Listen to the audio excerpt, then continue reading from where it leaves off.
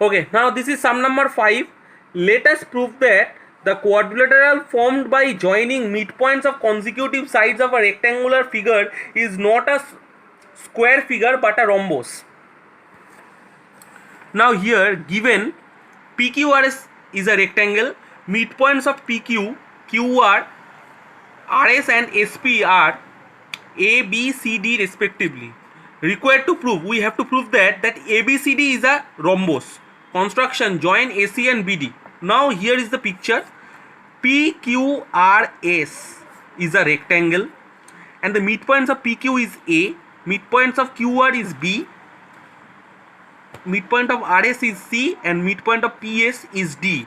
First we join these midpoints and therefore we got this quadrilateral ABCD. We have to prove that this ABCD is a rhombus, means four sides are equal, and here we construct these two diagonals PR and QS. Now if this is a rectangle PQRS, same thing goes for here.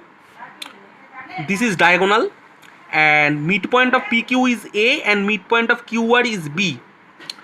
So therefore by midpoint theorem we can say that AB is parallel to this one and AB is half of this. Okay, after that same diagram PQRS, same diagonal, and here the midpoint of SR is C and the midpoint of SP is D. So in this triangle these two sides midpoint are here given, so therefore CD is parallel to PR and CD is half of PR. So now here you can see that AB equal to half PR and here you can see that CD equal to half PR. Therefore this and equal to this. So therefore AB equal to CD. We prove that. Now in any rectangle diagonals are always equal. So therefore diagonal PR and QS both are equal. Now here first of all in first part we prove that AB equal to CD through the diagonal PR. Now if we assume this diagonal QS also in this triangle, this is the midpoint and this is the midpoint, so therefore BC is half of QS, and similarly in this triangle PQS, A is the midpoint of B and D is the midpoint of PS, so therefore AD is half of PS, so therefore this half equal to PS and this half equal to PS, therefore AD equal to BC. Now after that these two diagonals are equal. If these two diagonals are equal, half PR equal to half PS. If half PR equal to half QS, so therefore these four sides are equal to each other. So therefore if four sides are equal of this quadrilateral, so therefore ABCD is a rhombus.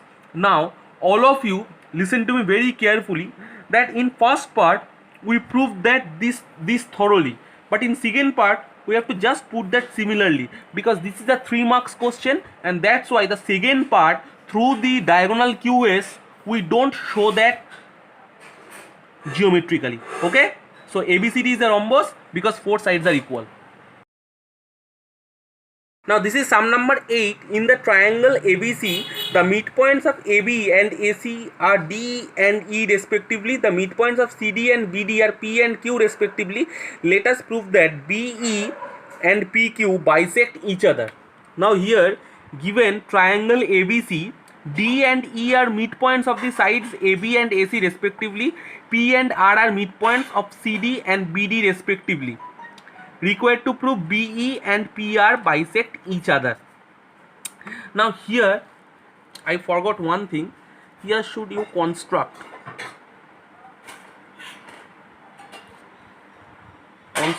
join RE and BP.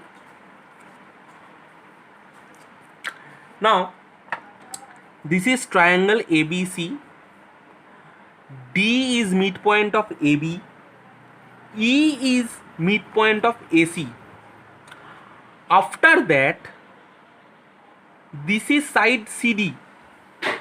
this is side CD, P is the midpoint of side CD, and R, this is R is midpoint of BD. All of these midpoints are given. Now this is the proof part. In this triangle, first of all, you see this triangle ABC. D is the midpoint of AB and E is the midpoint of AC. In triangle CAD, E is the midpoint of CA, this is given, this one, and P is the midpoint of CD, this is also given. So therefore we can say that PE, this parallel to this one, PE parallel to AD, and PE half of AD, write that. If PE parallel to AD, so therefore PE parallel to AB also. If PE parallel to AB, so therefore PE also parallel to BD or BR. BR means this one. If PE parallel to total AB, so therefore PE also parallel to this one AD or DR or RB, anything else. And after that we say that PE equal to half AD. PE equal to half AD. Previously proved that half AD equal to half BD. Why? Because D is the midpoint of AB, so therefore AD and AD equal to BD. So therefore we can write PE equal to half AD equal to half BD in bracket. D is the midpoint of AB. After that R is the midpoint of BD. This is given. So therefore if R is the midpoint of this one, RB, this RB equal to half BD. If this is 2, this is also 2, and total is 4 centimeter. So therefore we can say that RB equal to half of BD. If RB equal to half BD, previously we proved that half BD equal to PE, therefore RB equal to PE, we can say that. Now RB equal to PE and RB parallel to PE, so therefore this one RB and BE both are equal and both are parallel. If one opposite pair of sides are equal and parallel, therefore they are parallelogram, we know that. And in the parallelogram both diagonals are bisect each other. In these diagonals means BE and PR, so therefore BE and PR bisect each other, so therefore this is proved. This is sum number 9. In the triangle ABC, AD is perpendicular on the bisector of triangle ABC, angle ABC. From the point D, a straight line DE parallel to the side BC is drawn, which intersects the side AC at the point E. Let us prove that AE equal to EC. Now here given AD is perpendicular to the bisector of the angle B of triangle ABC. DE is drawn through and parallel to BC to meet AC at E. Required to prove AE equal to EC. Here construction part is joint E and D. This should be joint, and AD, this AD extended which intersects BC at F.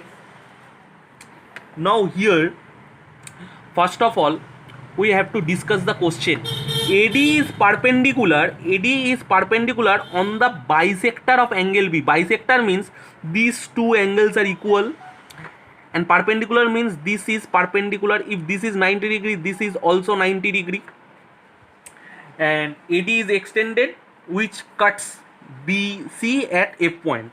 Now we deal with these two triangles ABD and BFD. These two are same, these two angles are same. Why? Because these two angles are equal, because of this is the angle bisector, BD is angle bisector. Now BD is common and these two angles are 90 degree, so therefore we can say that these two triangles are congruent to each other at AAS congruency, angle side. If these two sides are congruent to each other, we can say this side AD equal to DF. So if AD equal to DF, so therefore D is the midpoint of AF. In this triangle, this is parallel to this one, and this is the midpoint.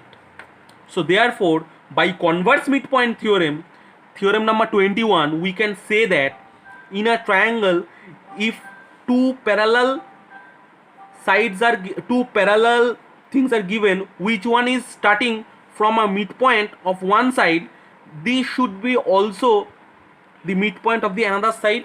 So therefore, in triangle AFC, D is the midpoint of AF, and DE parallel to FC.